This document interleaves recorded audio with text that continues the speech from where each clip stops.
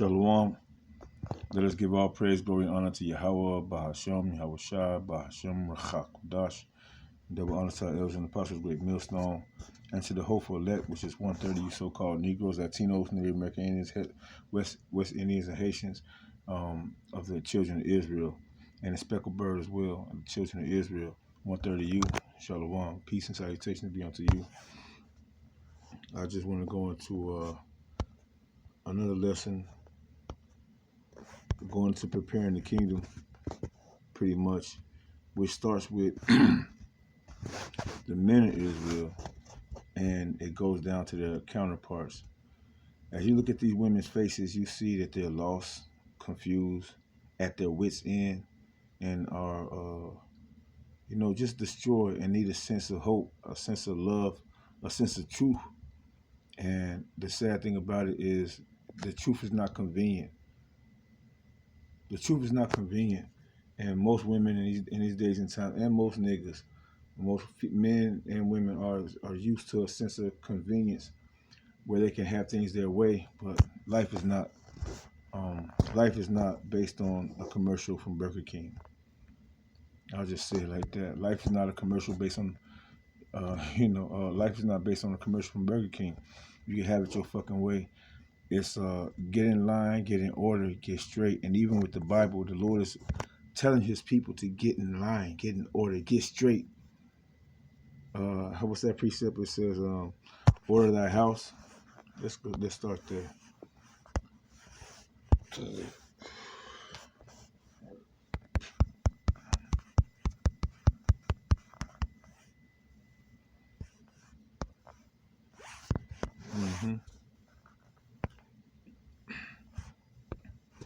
Isaiah 38.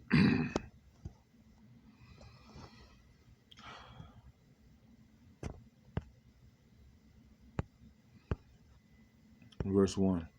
In those days was Hezekiah sick unto death, and Isaiah the prophet, the son of Amos, came up to him and said unto him, Thus says the Lord, set thine house in order, for thou shalt die and not live.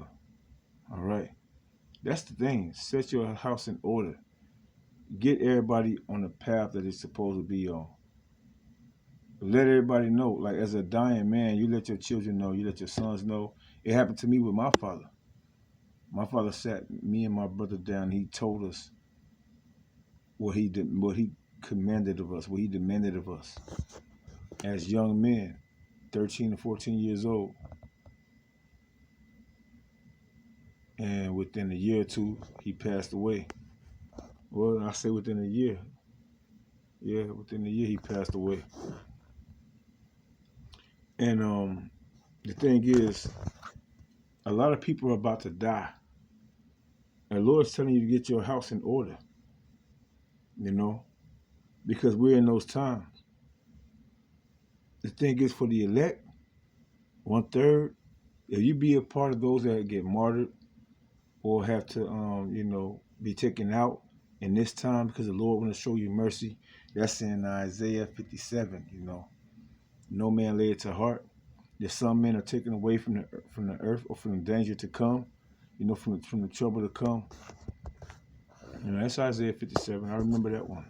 We started verse 1, going on down to like 3 or 4. And say some men are taken away from the earth, and some men don't lay it to heart that they are taken from the earth from the trouble to come.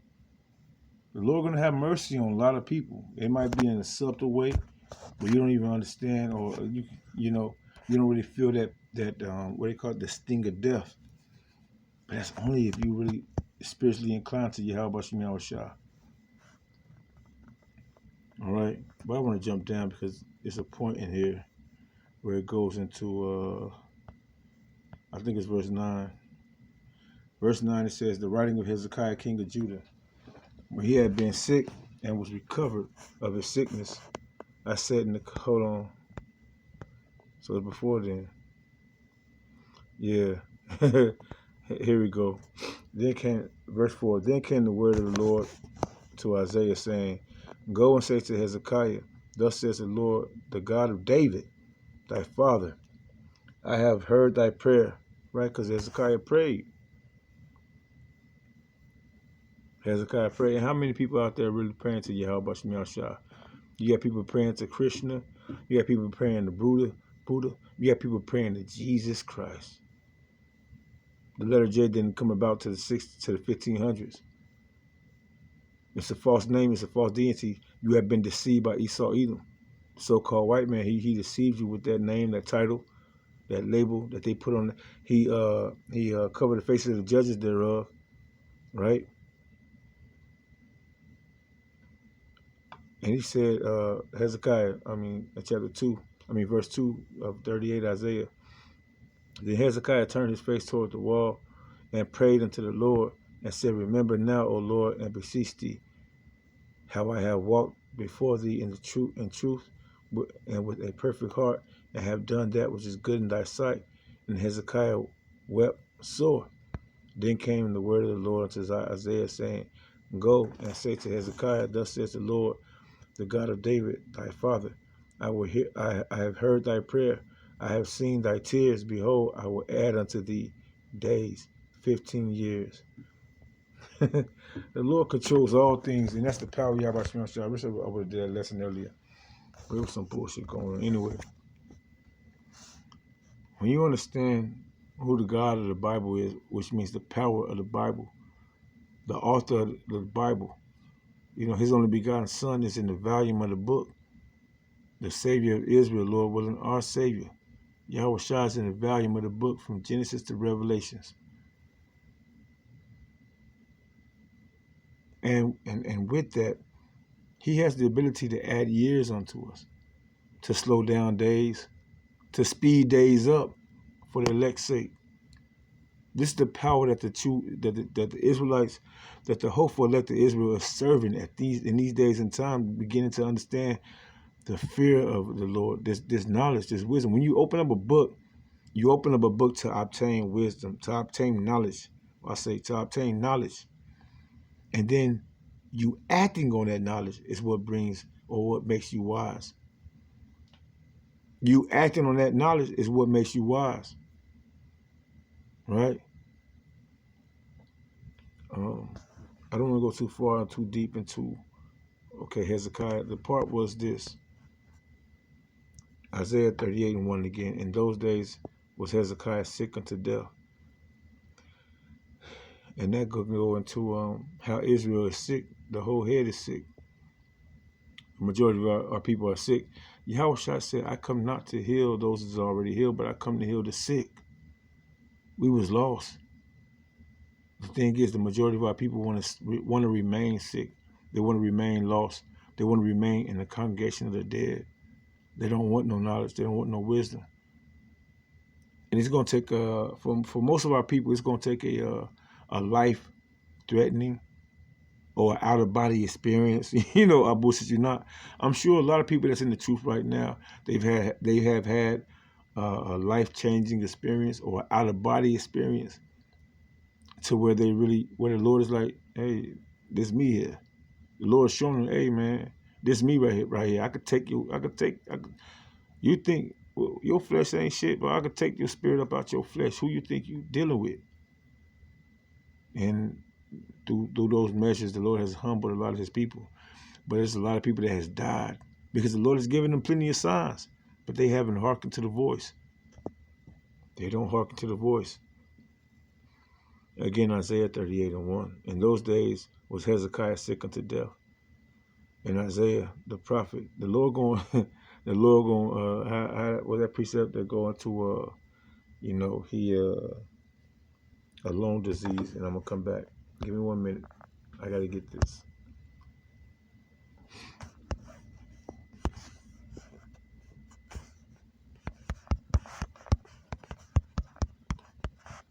A lung disease.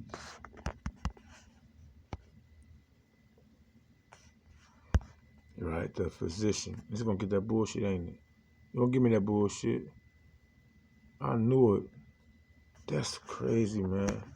You see what these people doing? They trying to shut down the Apocrypha. The Apocrypha is kicking these motherfuckers' asses, man. They trying to shut down the Apocrypha. Ecclesiastes 10 and verse 10. The physician, which is Yahweh Shai, cutteth off a long disease, and he that is today a king, tomorrow shall die. Be beautiful. Ecclesiastes 10 and verse 8. Because it's talking about Esau Edom, the way he's running this world and wickedness. What's one of the main things he's done? He's put the woman over the man. He's rearranged the marriage vows. He's rearranged the order of marriage. You know, the father's supposed to seek out a suitor for the daughter. It's an old cartoon called Aladdin. Aladdin, the father of Jasmine, was to seek out a suitor for his daughter. And then Aladdin came around. She had that modern woman, mentality, which a lot of women, since they were kids, since they were babies, watching a cartoon like that, influenced a lot of our women today, watching, for a hood rat. They wanted a hood rat. And the thing is, they gave this hood rat a good heart, somewhat, but that hood rat, he was, in a sense, I like the movie, I like the cartoon, but in a sense, he wasn't as detrimental as the hood rats in reality. He was pretty much just a struggling young man trying to get his things together. And a lot of these bitches have took on that spirit of thinking that they're Jasmine, right? But instead of looking at the young man that's trying, the young man that the world perceives as a nerd, they look at the young man that's detrimental in all his actions, all right? What's his name? Aladdin. Aladdin wasn't a detrimental dude. He did what he had to do to survive, which was pretty much stealing food and shit like that. But stealing food is not necessarily a law unto death. If you pay it back, you could pay it back stealing food. But these women, they deal with, because the psychology of how Esau promotes things like magic, enchantments.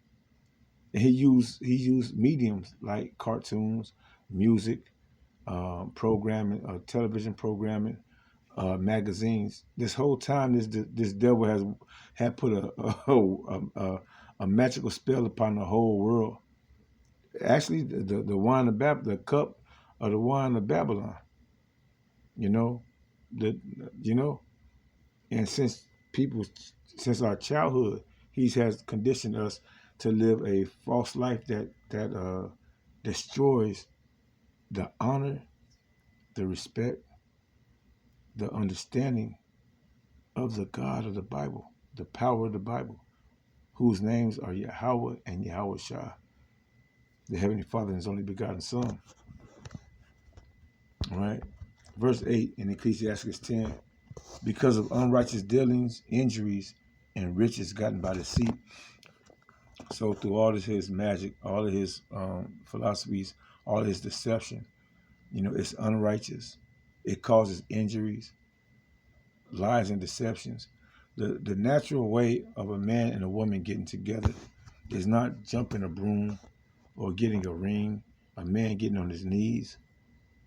It's supposed to be by a father picking a suitor, someone that's up to standards, someone that's willing to work for the hand of his daughter, someone that's willing to work, and his family has a good backing, so that the families can build together. Okay, not take care of sinful deeds, because nowadays you got so many people drugged out, doped out in this not philosophy, but in this magical world of gang banging and drug dealing. And magical, when I say magical, I don't mean like it's a good thing. I mean magical as if in enchantments of wicked spells. It's a wicked spell that for a lot of our young men to think that the only way they can make it in life is being the shit they see on TV and the shit they hear on the radio. And they think that that's fucking life. A lot of us been through that shit. And we thought until Yahweh Shemashah, quickened us. We thought that was life. Again, Ecclesiastes 10 and 8. Because of unrighteous dealings, injuries, and riches gotten by deceit, the kingdom is translated from one people to another. Because this place ain't righteous. The Lord give, right? The Lord dealeth, what's that in Daniel chapter 4? Because I want to get back to my other precepts. So I don't want to lose sight of what I'm saying. Daniel chapter 4, how he giveth to the basis of man. He given this kingdom to the basis of man. And this is what he produces. This is what he produces.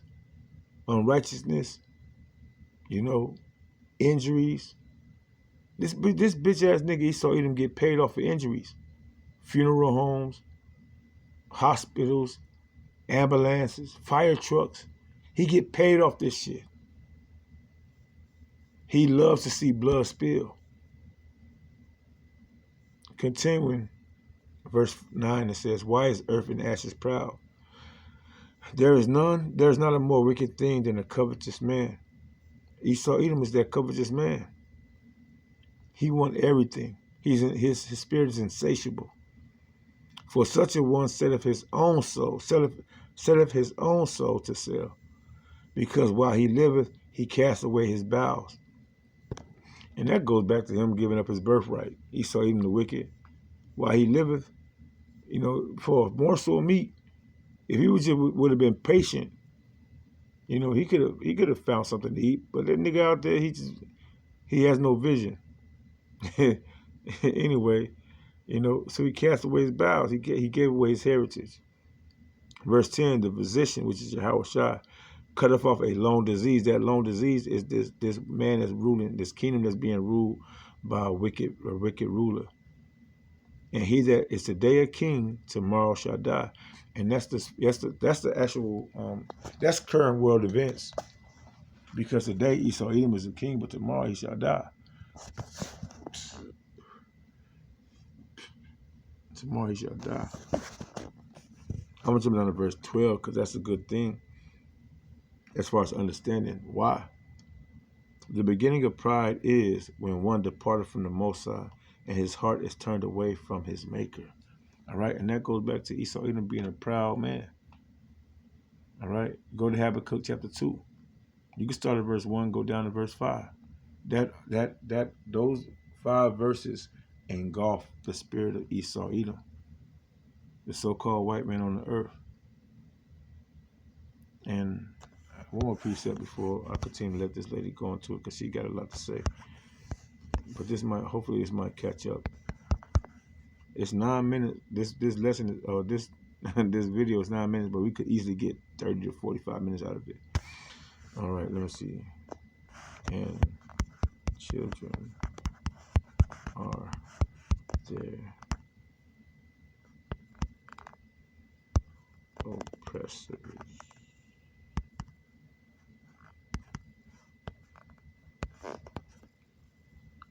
Women rule over them. Yep.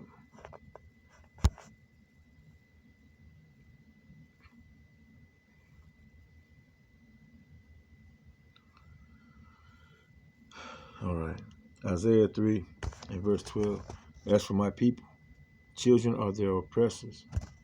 All right. And children go back to Esau Edom being the basis of man. Esau Edom was the child, but now he set up children to oppress the elderly. Right?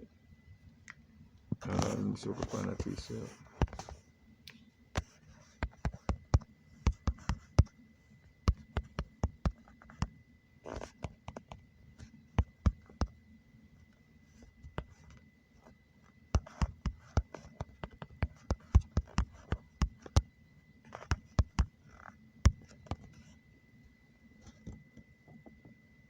No, that's not it.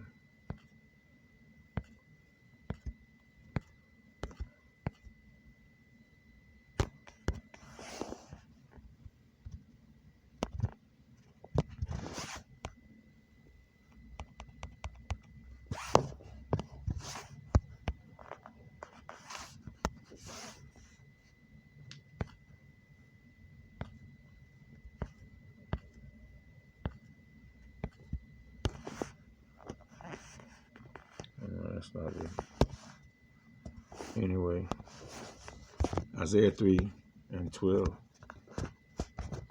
As for my people, right? You Israelites, you so-called Negroes, Latinos, Native American Indians, West Indians, and Haitians. As for my people, children are their oppressors, and women rule over them. O my people, they which lead thee cause thee to err, and destroy the way of thy path. It don't get no simpler than that.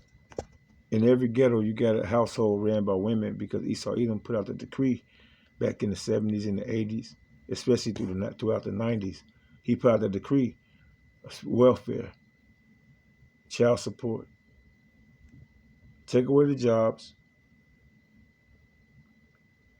put a decree out there where these niggas in these certain communities, they have to sell drugs, they have to rob, steal, maybe even kill to support their household.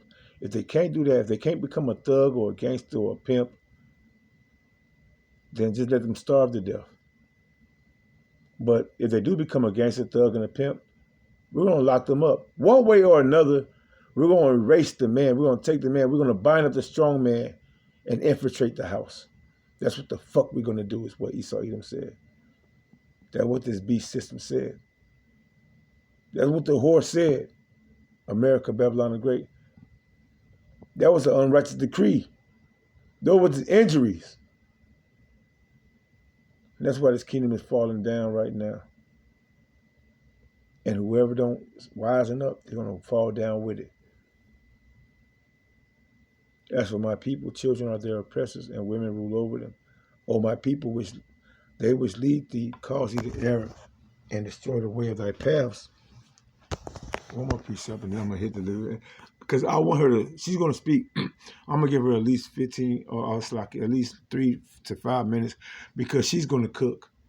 And I love listening to this lady's lessons, you know, her channel, because, hey, it's very imperative that you get it. If you get it, that you listen and understand where she's coming from. Because for most women won't listen to a man as far as correction, but they hear a woman, they'll be like, okay, they'll dig in.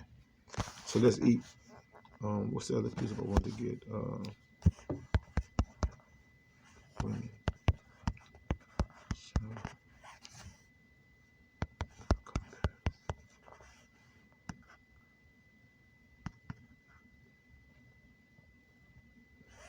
Oh man, this happened primarily through the 80s, 90s, you know, the late 90s and the early 2000s.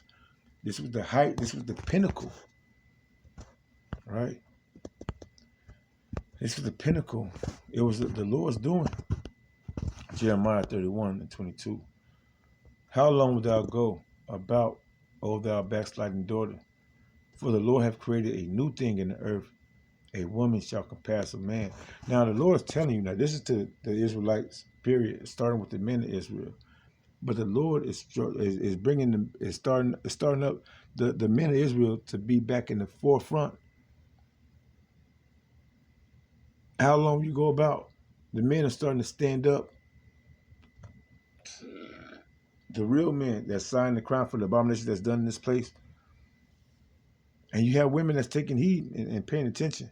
But you have the majority of the women, they don't get it yet. So Micah 7 and 10 is going to be their outcome. But that's on them. It's written, roughly paraphrasing, don't worry about those that's going to be destroyed, but focus more on those that's going to be saved.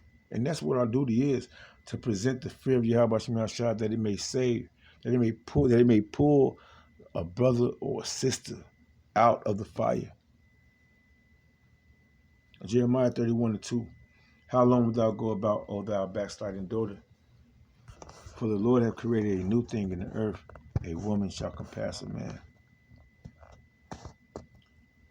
Esau Edom, he's going to give Esau Edom the ability to give women the so-called education. He's going to give women all the, and it's a particular type of woman, right? Because the only woman that's really doing better than her husband or her man in the world, to the point where she has the gall to talk shit about her man, so-called Negroes, Latinos, and Native American Indian man. the children of Israel. All other nations, those women, those other nations, they're becoming radicalized at this point in time because they see their men going down. But we've been on the bottom for a long time. So Esau even gave an extra incentive to our women. We'll take care of you as long as you do this and do that and do that. Cut that nigga off. Cut that spick off.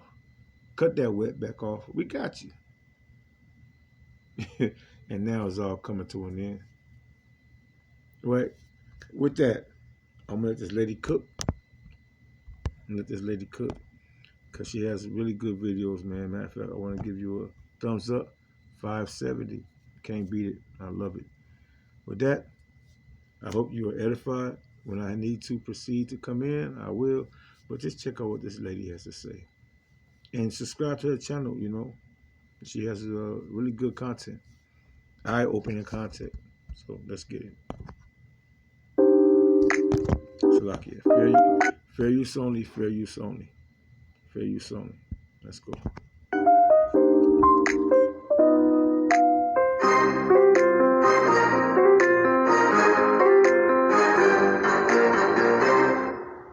Hey everyone, and welcome. In this video, I want to talk about the fact that something big is coming for single women. And I'm not here to scare you. I'm here to prepare you. Something is shifting. You can feel it in the air, in the economy, in the quiet conversations women are having when they think no one is listening. For the last several decades, single women were told to chase one thing: independence. Get the degree, get the career, get the apartment, get the car, build a life that doesn't need a man. And millions of women did exactly that. They followed the script. They checked every box. They became educated, most employed, most worldly generation of women in history. And then something unexpected happened. The script stopped working. The economy is crashing. Jobs are disappearing. Inflation is eating paychecks alive. The cost of living has skyrocketed while wages have barely moved. And suddenly, all that independence, it feels less like freedom and more like a trap. A beautiful, lonely, expensive trap with no emergency exit. Because when you built everything on your own, you also have to hold it up on your own.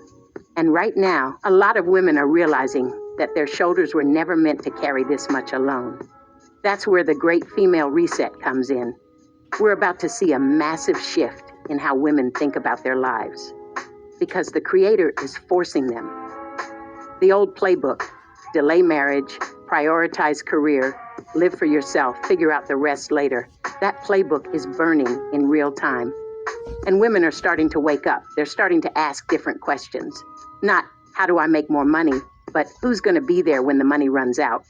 Not, when will I find the right guy? But why did I wait so long to start looking? The great female reset is going to look different for every woman. For some, it'll mean swallowing pride and moving back home to save money. For others, it'll mean leaving the expensive city and relocating somewhere affordable. For many, it'll mean something even bigger. It'll mean admitting that the independent woman dream was never about happiness. It was about isolation dressed up as empowerment. And it'll mean finally prioritizing marriage, husbands, and a family over a career that never loved them back. This reset isn't going to be easy. It's going to be uncomfortable. It's going to force women to confront hard truths they've been avoiding for years. Truths about time. Truths about choices. Truths about what actually leads to a life the Creator designed versus what just looks good on Instagram. But here's the thing about resets. They hurt, but they also heal. They tear down, but they also rebuild. And what's coming on the other side of this reset? It will be the best thing that ever happened to single women. Because the women who pay attention, the ones who see what's coming and adjust now, they're going to be fine. They're going to build differently. They're going to prioritize differently. They're going to stop running from marriage and start running toward it. They're going to stop pretending they don't need a man and start finding someone worth needing. They're going to survive the great female reset. Not just survive, thrive. So here's my question for you. Are you going to be one of those women? Or are you going to keep following a playbook that's already on fire? The reset is coming. It's already started. And what you do next will determine everything. Let's look at the signs. They're everywhere. Birth rates are plummeting. Marriage rates are at historic lows. Mental health struggles among single women are skyrocketing. Antidepressant use is up. Therapy wait lists are months long. And yet, the same women who are drowning in loneliness and anxiety are still being told to focus on themselves and the right man will come when you least expect it. That advice, it's not helping. It's hurting because it keeps women passive while their lives slip away. Meanwhile, look at what's happening in the economy. Layoffs are hitting female-dominated industries hard. Remote work is disappearing, which means the flexibility that allowed single women to juggle everything is gone. Rent is up. Interest rates are up. Credit card debt is up. The financial foundation that was supposed to support this grand experiment in female independence is crumbling. And when the foundation crumbles, the whole house comes down. Here's what the Great Female Reset is going to look like on the ground. You're going to see women leaving expensive cities in droves. New York, Los Angeles, Chicago, San Francisco, they're already bleeding residents. Where are they going? Smaller towns, suburbs, the South, the Midwest. Places where the cost of living is lower, where community still exists, and where a single income can actually support a life. But here's the quiet part nobody's saying out loud. Those smaller towns, they're also places where people marry younger, where families are the norm, where being single at 40 isn't celebrated, it's pitied. You're also going to see a shift in what women value. The past decade was about status, the right job title, the right neighborhood, the right Instagram aesthetic. The next years, it's going to be about substance, a man who shows up, a home that feels safe, a pantry that's full, a life that doesn't fall apart when the economy sneezes. The women who adapt to this shift are going to be fine. A precept just entered my mind that the beloved brother Azaria always go into. He always go into, and that's the time that we in. Because the Lord still have mercy. The Lord understands the mindset. He knows why he made women a weaker vessel and all these things. Why Eve was deceived from the beginning. Okay? But there's many other women, that took place, that rose to the occasion. We could talk about Deborah or Deborah, how you want to talk about it. That rose to the occasion, right? That understand obedience, that understood being humble and being submissive to her husband. That started Sarah. Realizing and noticing her husband as a Lord over her. Someone that is going to give her good information, spiritual information. Let's say this, because I gotta, now before I forget, where was I about to go? Because I want to speak about Sarah and Abraham. But it's don't let me forget. Baba Kashah, don't let me forget. That's not where I wanted to go, but we can go there.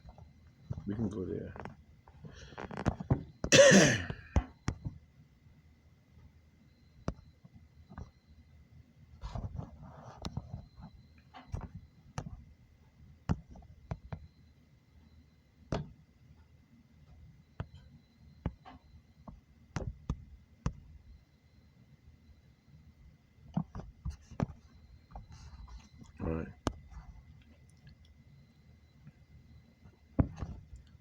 The respect that a woman should have for her husband, the understanding is what's going to, the reverence. Ecclesiastes 26:14, a silent and loving woman is a gift of the Lord, and there is nothing so much worth as a mind well instructed.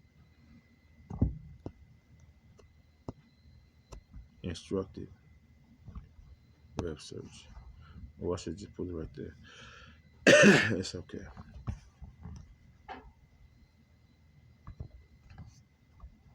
Instructed. Okay. Instructed is the past tense participle of instruct, meaning to teach, train, or formally order someone. Like we just said earlier, right? Get your house in order. Synonyms include briefed, directed, trained, educated, and informed. Briefed. A prudent man foresees evil coming and hideth himself under the wing of the Most High, under the word, under the truth, under the knowledge, wisdom, and understanding of Yahweh Shem Yahshua. The stability of our times and fear is his treasure. The fear of the Lord, the wisdom of Yahweh Shem Yahshua. And the Lord has given it to certain men. He revealed his secrets to his servants, the prophets. Amos 3:7.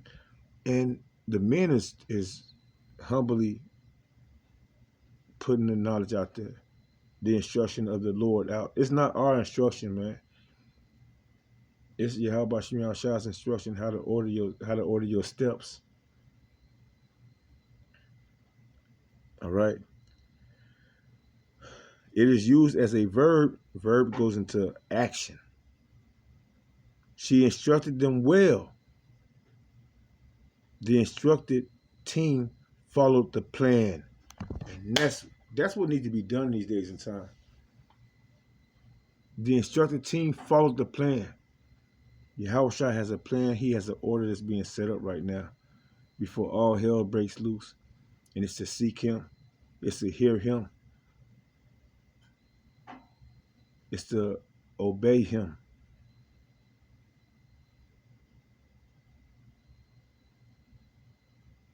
It's to not lean. My thoughts are higher than your thoughts. Lean not on your own understanding. Spirit and flesh. Flesh has no, or what I want to say,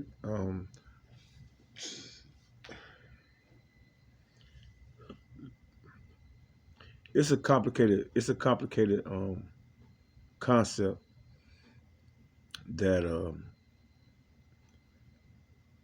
spiritual things happen in the flesh. But once you understand that spiritual things spiritual things cannot be manifest in the physical world without the flesh, then you have to understand what's going on in the spiritual world. Because manifestation is the action of the spirit being brought to life. If I said that understandably or correctly for you to understand, what's happening in the spirit world is being brought into the physical world. And when Yahushua returns, it's not going to be no question. Because Yahushua is sitting on the throne, he's going to appear here in this physical world. It's going to happen.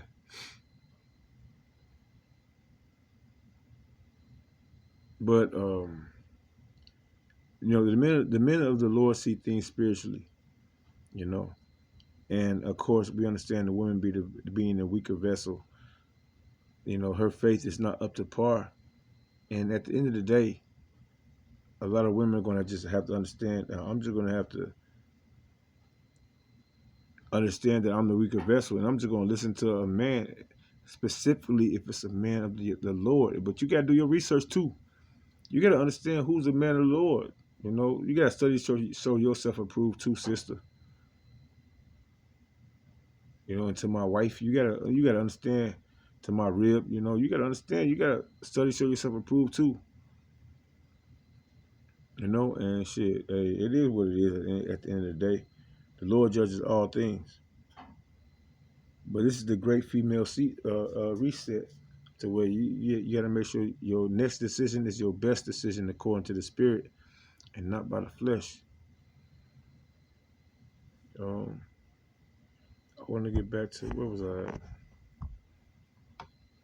Okay, Ecclesiastes 26:14 again. A silent and loving woman is a gift of the Lord, and there is nothing so much worth as a mind well instructed. Get back to this video. I'm sure they probably done cut it off by now because it's been a while. They're going to come with some more shit. Let's go. Ones who don't, they're going to be left behind, still chasing when the economy sneezes. Next year's, it's going to be about substance, a man who shows up, a home that feels safe, a pantry that's full, a life that doesn't fall apart when the economy sneezes. The women who adapt to this shift are going to be fine. The ones who don't, they're going to be left behind, still chasing likes while their real life crumbles. And here's something else. The Great Female Reset is going to force women to confront the marriage question head on.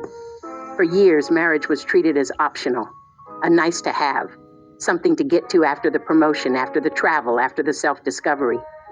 But when the economy crashes and the loneliness becomes unbearable, marriage starts to look less like a romantic fantasy and more like the survival strategy it's always been. 2 incomes, 2 people, 2 sets of hands. That's not anti-feminist, that's anti-stupid. The women who are going to thrive in this reset are the ones who stop waiting. They stop waiting for the perfect guy. They stop waiting to feel ready. They stop waiting for society to validate their choices. They just move.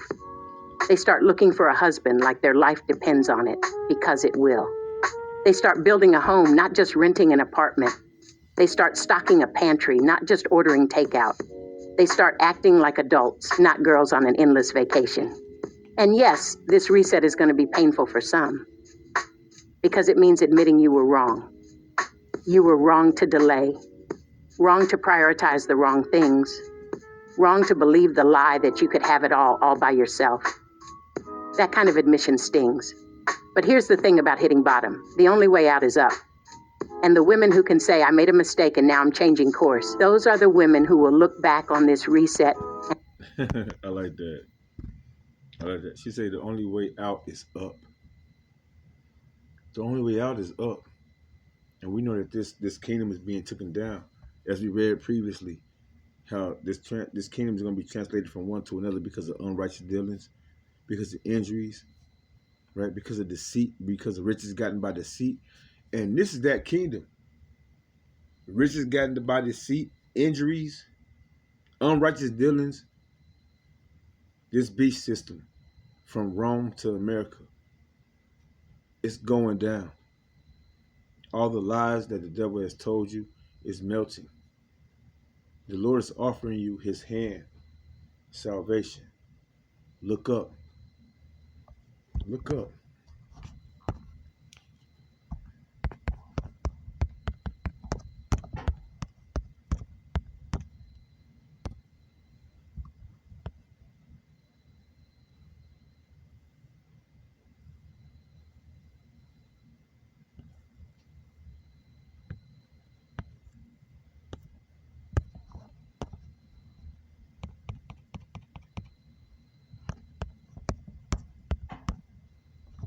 Yeah. Luke 21.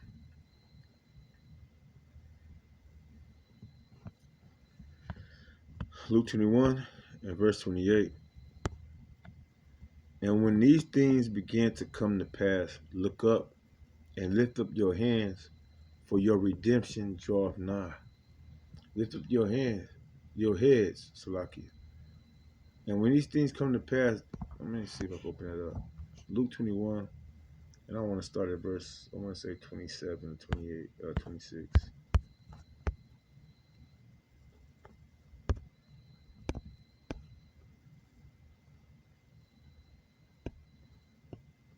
Yeah.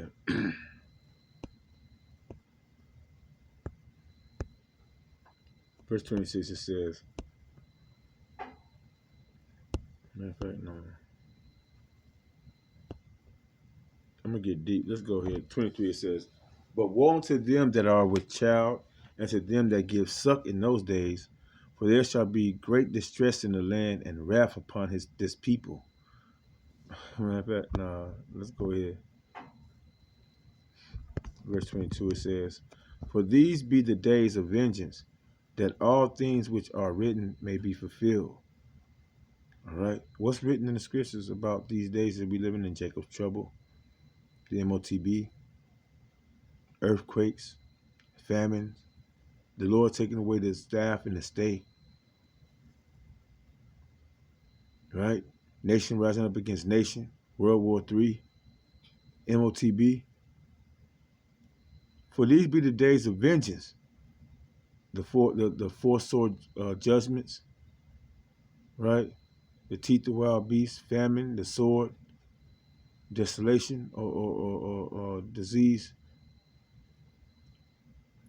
For these be the days of vengeance, that all things which are written may be fulfilled. But woe unto them, woe meaning destruction. But woe unto them that are with child, meaning you have a baby. You're giving birth at this time. And to them that give suck, your baby's alive, and your baby is sucking on your breast, your titties. In those days, for there shall be great distress in the land and wrath upon this people. Who is this people? The children of Israel. Jacob's trouble, the children of Jacob. And this happened in 70 AD, but there's nothing new under the sun. And this is the last time that our people have to go through this. It's going to be a time like no other. Okay, Jacob's trouble. And they shall fall by the edge of the sword, and shall be led away captive into all nations, and Jerusalem shall be trodden down of the Gentiles until the time of the Gentiles be fulfilled. And we're getting closer and closer to the time of the Gentiles being fulfilled. Esau, Edom being the last ruler over the earth, because it was predestined that he would be the last ruler of the earth. You go to Daniel chapter 2, Daniel chapter 7, about all the kingdoms all the beasts, the kingdoms, the beasts of the kingdoms, or the beast systems, or the beasts that were risen up by these heathen nations, into Esau, Edom being the last one, the Roman and the American / the United Nations kingdom being exalted. Genesis chapter 25, which are basically Edomites. Esau is the end of the world, and Jacob is the beginning of it that followeth. Second Ezra chapter 6, verse 7 through 9. All right. And they shall fall by the edge of the sword, and shall be led away captive into all nations, and Jerusalem shall be trodden down of the Gentiles until the time of the Gentiles be fulfilled. And Jerusalem is more than just a place, it's the people. And starting from 70 AD until this time, we have been trodden down, shot down in the streets, put on slave ships, calling on other gods, our heritage, everything taken away, our homeland taken from us, everything, man. You name it. Our young boys and young girls being raped by these other heathen nations, giving birth to these other heathen nations.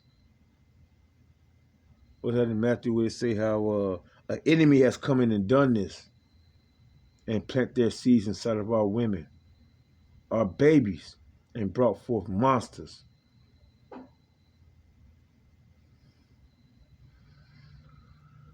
Anyway,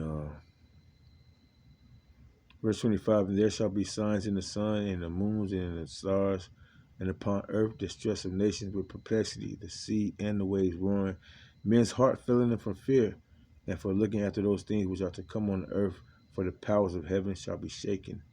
And that heaven is this current world, this current system of heaven being brought up, by Esau, Edom, this wicked rulership.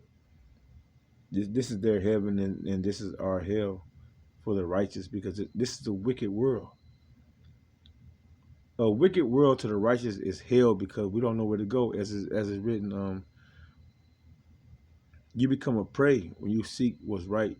When you do what's right in the Lord, in the eyes of Yahweh, you become a prey. What's that in that movie? What's that movie? Let me come back to this. Damn, man. I'm gonna see if I can get that shit.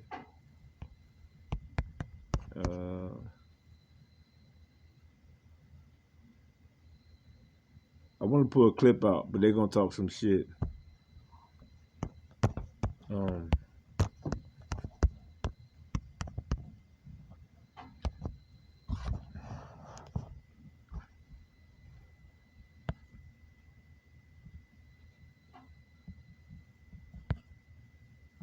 No.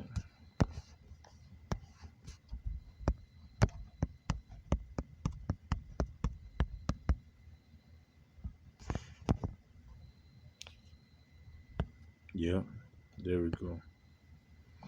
Because it's a movie with Charles S. Sutton or Dutton, and he was talking to was it Men's Society? Nah, was it Men's Society? He said, "You are the prey in the hunted zone," or some shit like that. Let me see if I can find it. This is it. Here it is. Isaiah 59 and verse 14. The judgment is turned away backward, and justice standeth afar off. For truth is fallen in the street, and equity cannot enter. Because the judicial system, because the media, right? Because the majority of our people are drunk off the wine of Babylon. They believe in the TV screen. They believe when these so-called politicians and these elected officials get in front of the camera and speak on the microphone. They believe that these individuals have the best interest for the inhabitants of the earth, as far as survival, as far as health, as far as caring for your children. But at the end of the day, we all see what they really are doing. But only the elect, the Lord has opened up their eyes and their ears to say, hey man, I don't, Isaiah 10 and 20. Read it for yourself and find out. We will no longer stay on those that oppressed us. We will no longer stay on those that smote us. But you got to understand who smote you to perceive what that scripture is telling you. You got to understand who your real enemies are to perceive. You got to understand Psalms 83 to perceive what that scripture is telling you. Verse 15, yea, truth faileth, these liars, through their media. Truth faileth, and he that departed from evil maketh himself a prey. And the Lord saw it, and it displeased him. It displeased him that there was no judgment.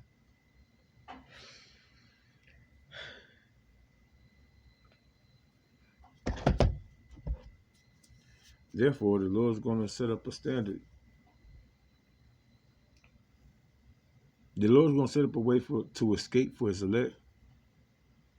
But for those that want to have a heavy heart, the Lord's like, okay, I'm going to give you what you want. You want to be deceived? You want to believe in this bullshit? I'm going to give you that. Whew. Where was I at before I got there? Become a prey. Yeah, was it that?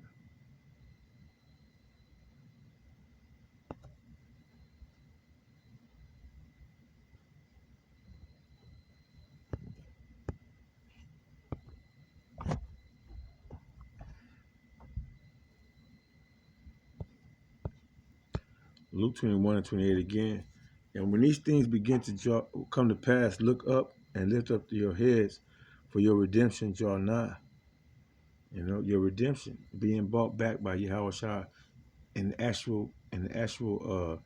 real time. You know, what's that in Deuteronomy 28? And none shall buy you. You shall be sold unto your enemies, and none shall buy you. None shall redeem you. No man shall redeem you. But Yahushua is coming back as an angelic power, an angelic force for the elect of Israel, man. And when these things come, and when these things begin to come to pass, then look up and lift up your heads, for your redemption draweth nigh. And he spake unto them in prayer, behold the fig tree. Because this shit about to be blowed up, man. This shit about to be destroyed, man. I'm gonna get back to the video. Like I said, this could easily be turned, a 9-minute video could easily be turned into a 30, 45-minute video. And I want to try to make sure I make that quota. So let's get to going. What does he say? That kind of admissions. You were wrong to delay, wrong to prioritize the wrong things, wrong to believe the lie that you could have it all by yourself. That kind of admission stings. But here's the thing about hitting bottom. The only way out is up. And the women who can say, I made a mistake and now I'm changing course, those are the women who will look back on this reset and thank the Most High for it. The Great Female Reset isn't a threat. It's an invitation to stop performing and start living, to stop pretending and start building, to stop running from the life you actually want and finally walk toward it. The economy is crashing, the old rules are dying, and something new is being born in the rubble. The question is, will you help build it? Or will you just stand there watching, wondering what happened to the life you thought you'd have? The Great Female Reset is already here. You're living in it. Every empty apartment. Slovakia. That's why I gotta go back into this, because when I first started this lesson out, based on what she was going into, I want to bring up with the brother Isaiah, the brother, one of the beloved brothers from our camp, always going to.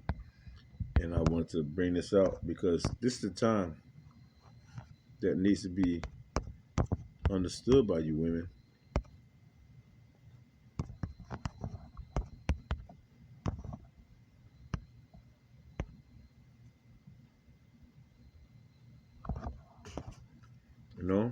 All that pride, that girls having fun, all that,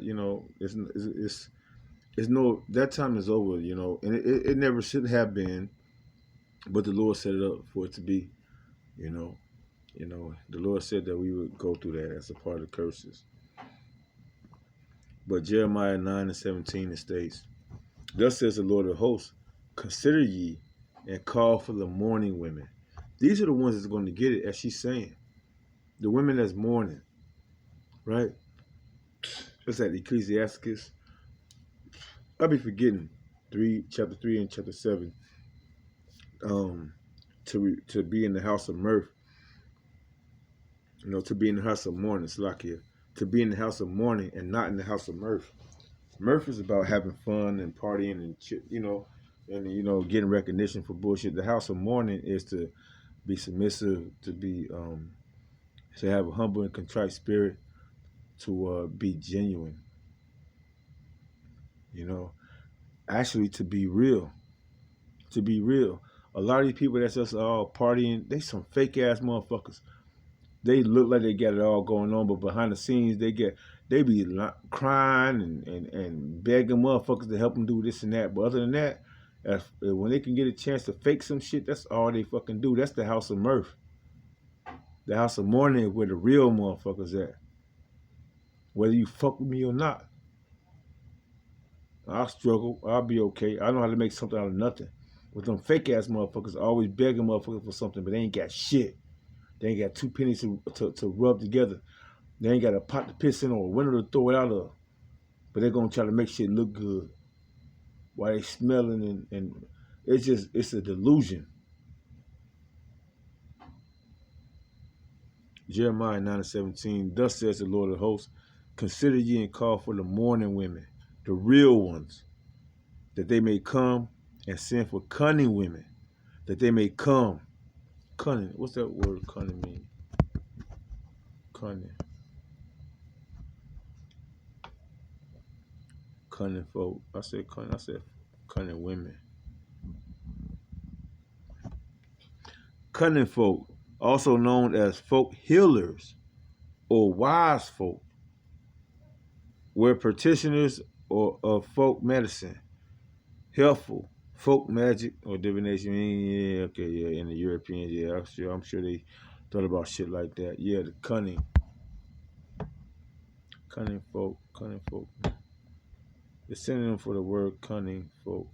I don't even know why they say cunning folk, because I ain't give a fuck about no cunning folk. Boy, trickster, cunning, smart, right? It should just be like smart, bitch. The cunning women. Cunning women characteristics. What they gotta say? Cunning women characteristics. Thinking, manipulative. Cunning people may use their intelligence and wit to manipulate others into doing what they want or giving them what they need. They might use flattery, lies, or other tactics to achieve their goals. Strategic Cunning people may be skilled at thinking ahead and planning for the future. Shit, yeah, a vision, period. And send for cunning women that they may come, and let them make haste, hurry up, and take up a wailing for us. Yeah, you see what's going on. You see the destruction coming. That you shall make haste, hurry the fuck up, and take a wailing for us. Mourning in the house of mourning. Take our eyes, that our eyes may run down with tears, and our eyelids gush out with waters, and showing Yahweh Shemiah Shai that we are sorry for what we done. That's what you women should be. That's the mindset you should be in right now. Showing your what's that going to? Because Isaiah 4:1 say what?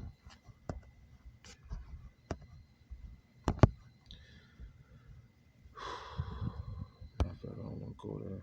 It's too late. I already did it. Isaiah. I don't even think I want Isaiah. Yeah, it's Isaiah 4:1. And I'm not bringing this up because of the 7 women, man. Fuck that shit. That's gonna happen when it happens. But this is the reason why. Isaiah 4 chapter 1. And in that day 7 women shall take hold of one man, saying, we will eat our own bread and wear our own apparel. Only let us be called by thy name, and take away our take away our reproach, that reproach. And that's how you know Isaiah 4:1 is going to happen right here in these days and time in the earth, not in the kingdom. Because in the kingdom, what woman is going to have a reproach? When everything is set up in righteousness, and the Lord give the commandments, put the commandments in our inward parts. What woman is going to have reproach when we come down? Look up, for your redemption draweth nigh. When we come down, when the elect come down out of them chariots, what woman is going to have? What kind of reproach is a woman going to have? She's going to have that reproach right now, thinking that she owns that she got some shit going on. She disturbing the order of Yahweh Shemiah Shai, even though the Lord gave it to him in their power to make us come back to him. That's all it was. The Lord did this for us to come back to him in all honesty and sincerity at the last wits of everything that he got organized, and only the elect is going to get it. To take away our reproach. In that day shall the branch of the Lord be beautiful and glorious, and the fruit of the earth shall be excellent and comely for them that are escaped of Israel. And that make me want to get that Isaiah 10:20. Beautiful. Call her like Yahweh Shemiah Shai, and I'm gonna let her finish it off. Isaiah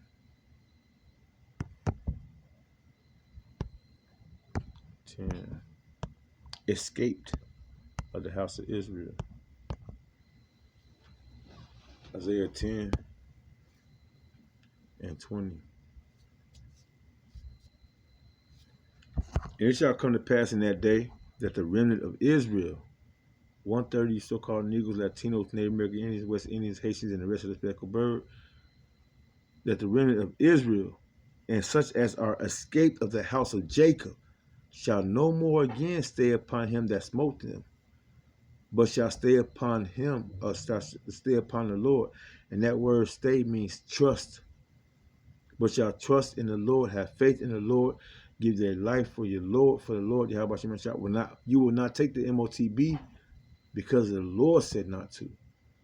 You're going to do your best to return, you're going to do your best to rehearse the righteous acts of Yahweh Shemiah Shai because the Lord say so. Because those that smote us, they say, hey, the laws are done away with, you ain't got to worry about them. That's not what the Lord said. The Lord ain't never said that. The Lord ain't never wrote that down in the scriptures. All right? But shall stay upon the Lord, the Holy One of Israel, in truth, whose names are Yahweh, Yahweh Shai. I'm going to let her finish this off, and we're going to get out of here. This is edifying. Every lonely weekend, every bill that feels impossible to pay alone, those are the signals. The question isn't whether things will change. They already are. The question is whether you'll change with them. You can fight the reset. You can cling to the old playbook. You can keep telling yourself that the right guy will come when you least expect it. You can keep spending money you don't have on trips you don't need. You can keep scrolling, comparing, waiting, and you'll end up exactly where you're headed, alone, broke, and wondering what happened. Or you can reset. You can admit that the old way wasn't working. You can make the hard choices. You can leave the expensive city. You can prioritize marriage. You can become the kind of woman a good man wants to marry. You can start following the Creator's laws, statutes, and commandments. You can learn real skills. You can get off the apps and into real life. You can forgive yourself and start moving. The women who survive this reset aren't the luckiest. They're not the richest. They're not the prettiest or the most educated or the most followed. They're the ones who saw what was coming and adjusted. They're the ones who swallowed their pride and changed course.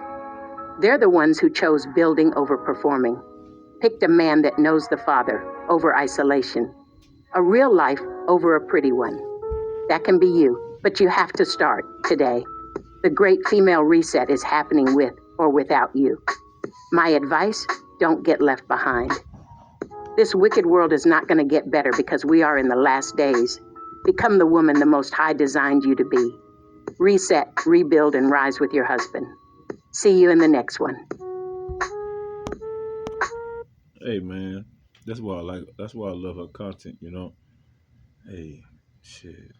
Hey, hey. What else can I say? There's nothing much really more to say. You know.